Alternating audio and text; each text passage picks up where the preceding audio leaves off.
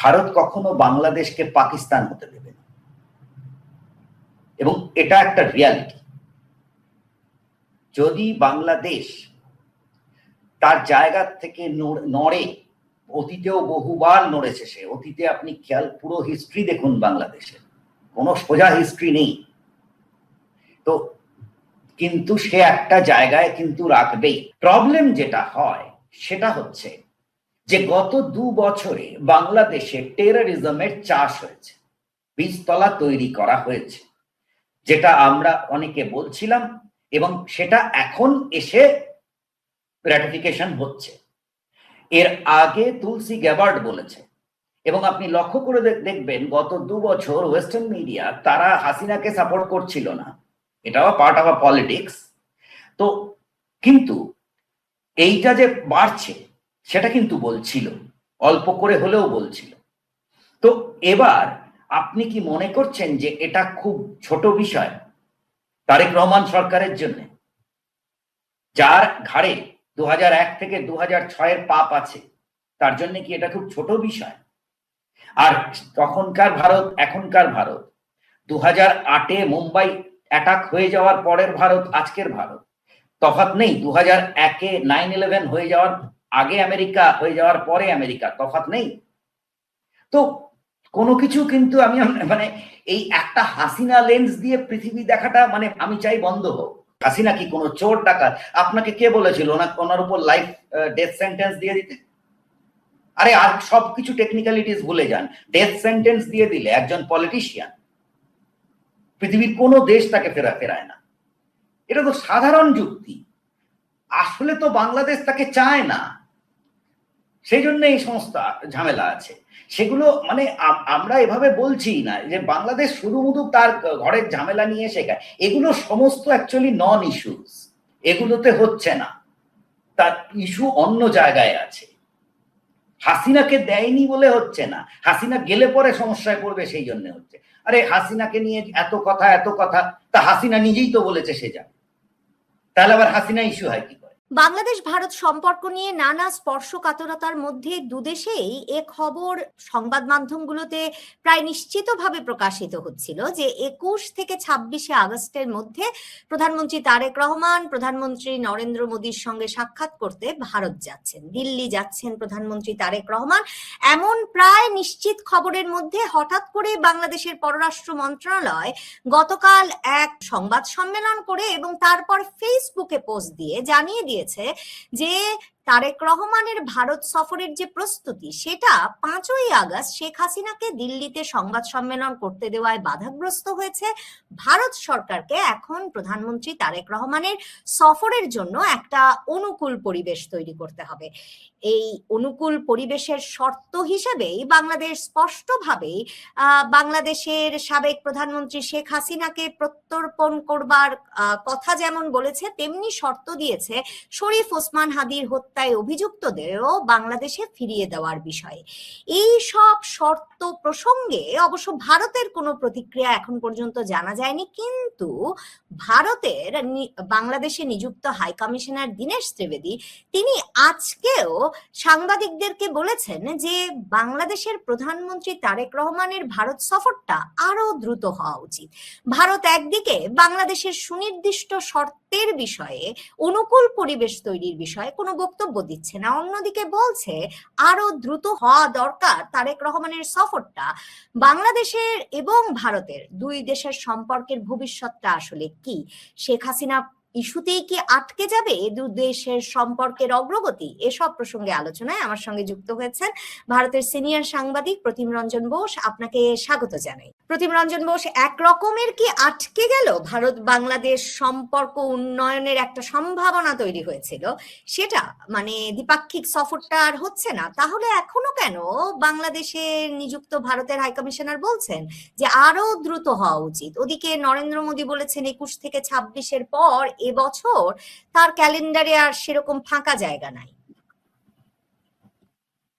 না, মানে কে বললো যে ভারত আটকে গেল, সম্পর্ক আটকে গেল, এসব বললোটা কে?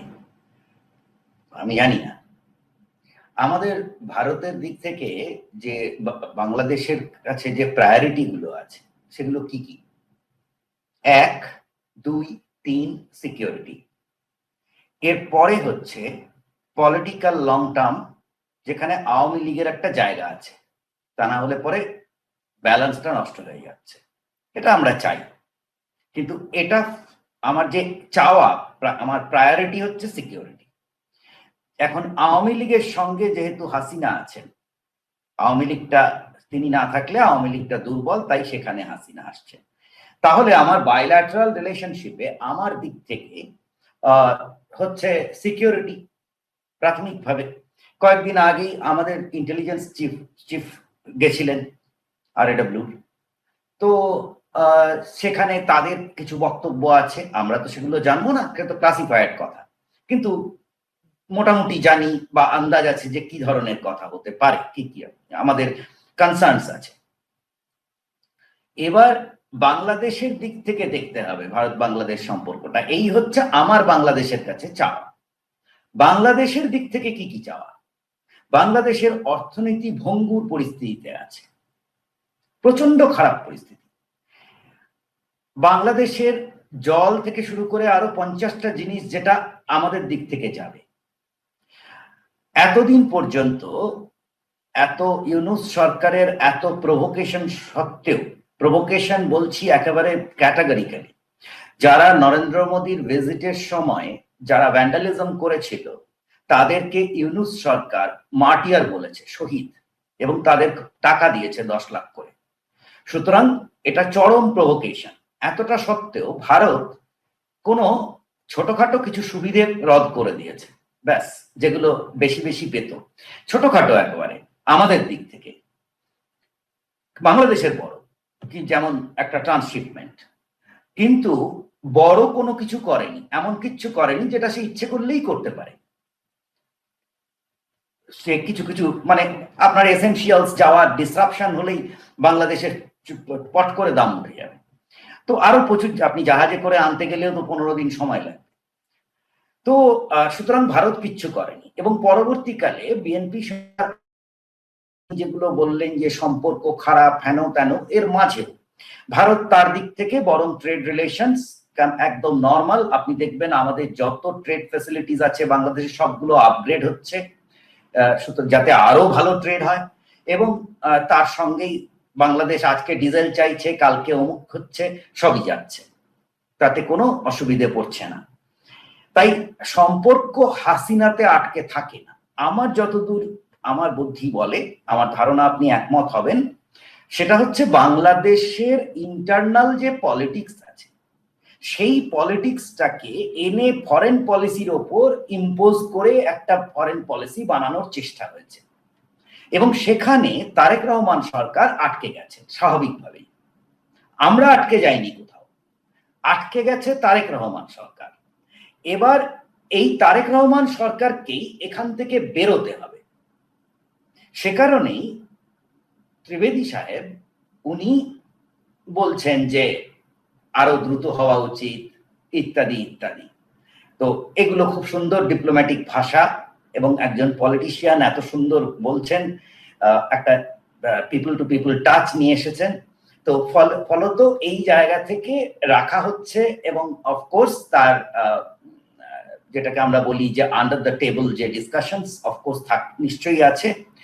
আমি যতদূর জানি সেটা হচ্ছে বাংলাদেশে একটা গ্রুপ বা একটা লবি, তারা তারেক রহমানের এই ভিজিটটাকে ডিসরাপ্ট করতে চাইছিল, এবং এই মুহূর্তে তারা সাকসেসফুল। আপনি যদি দেখেন একটা বিশাল এমন ভাবে বলা হচ্ছে, কালকে আমি দেখছিলাম স্টেটমেন্টটা, আমার দিক থেকে হলে আমি বলবো যে আমি জানি না, মানে আমরা কখনো এই ধরনের কাজ করতাম না। সেটা হচ্ছে যে একটা কোনো ভিজিট তো শিডিউল ছিল না, কোনো ভিজিট শিডিউল ছিল না। প্রধানমন্ত্রী মোদী ফেব্রুয়ারি মাসে ইনভাইট করেছিলেন। সুতরাং তখন যদি উনি বলতেন আমি অগাস্টে যাব, উনি সেপ্টেম্বরে যাব, আমি নভেম্বরে যাব, তাহলে হয়ে যেত, সে আরেক রকম ভাবে হতো।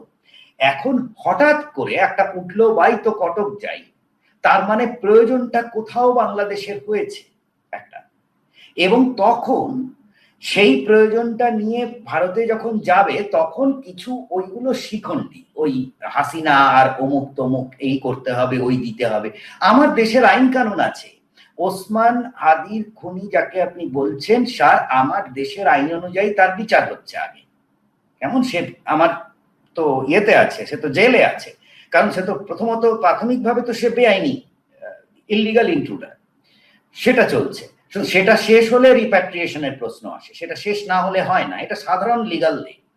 আর হাসিনা, আমি আগেও বলেছি আবারও বলছি, হাসিনার পুরো জিনিসটাই আলাদা, এবং তাই যখন বাংলাদেশ ওটা বলেছে আমাদের দিক থেকে টেকনিক্যালি বলে দেওয়া হয়েছে, কারণ এগুলো বাংলাদেশকেও একটা এক্সিট রুট দেওয়া হচ্ছে তারেক রহমান সরকারকে, যে তুমি ভাই এইসব ছুতো নাতা দেখিয়ে তুমি ওখান থেকে এখানে এসো, কারণ সরকার আটকে আছে তার ডোমেস্টিক পলিটিক্সে, যেটা তার ফরেন পলিটিক্সে এসছে, এবং সেখানে লবিজ কাজ করছে যাতে এটা না হয়।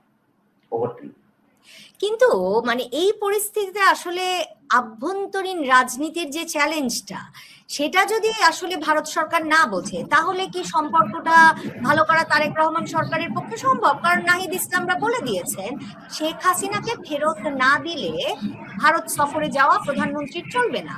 নাহিদ ইসলামদের জাতীয় নাগরিক পার্টি, জামায়াতে ইসলামী, এরা হচ্ছেন তারেক রহমানের প্রধান বিরোধী দল। আওয়ামী লীগ তো রাজনীতির মাঠেই নাই।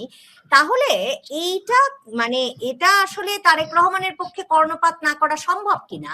আর আমার আরেকটা প্রশ্ন, সেটা হচ্ছে যে এই জায়গায় যে আটকে যাবে, সেটা ভারত এতদিন বুঝতে পারে নাই? মানে শেষ পর্যন্ত ফেসবুকে স্ট্যাটাস দিয়ে বাংলাদেশের পররাষ্ট্র মন্ত্রণালয়কে এই কথা বলতে হচ্ছে কেন যে শেখ হাসিনাকে ভারত থেকে প্রত্যর্পণ না করলে সে দিল্লিতে তারেক রহমানের যাওয়ার অনুকূল পরিবেশ নাই?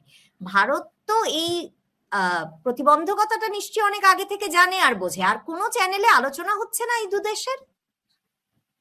না, মুশকিল হচ্ছে সব প্রশ্নগুলোই আসছে এমন ভাবে যে আমার গায়ে ফোড়া হয়েছে, নবনীতা জানলো না কেন?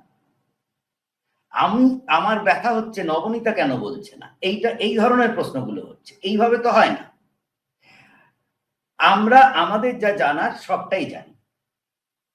you can take a horse to the water, you cannot make it drink, okay? So a situation will be created where the horse will drink. যদি হর্স নিজে না খায়, ঘোড়া যদি জলটা না খায়, তাহলে a situation will be created somewhere in the future where the horse must drink. তো এটা হচ্ছে একটা বাস্তবগত, আপনি দেখছেন বাংলাদেশে কি ঘটছে। এত এই একটা পররাষ্ট্র নীতি এত সহজ বিষয় নয়। নাহিদ ইসলাম কি বলেছে আমার এটা নিয়ে আমার আলোচনা করার খুব একটা রুচি নেই, কারণ নাহিদ ইসলাম চন্দ্র সূর্য নন, তিনি বাংলাদেশের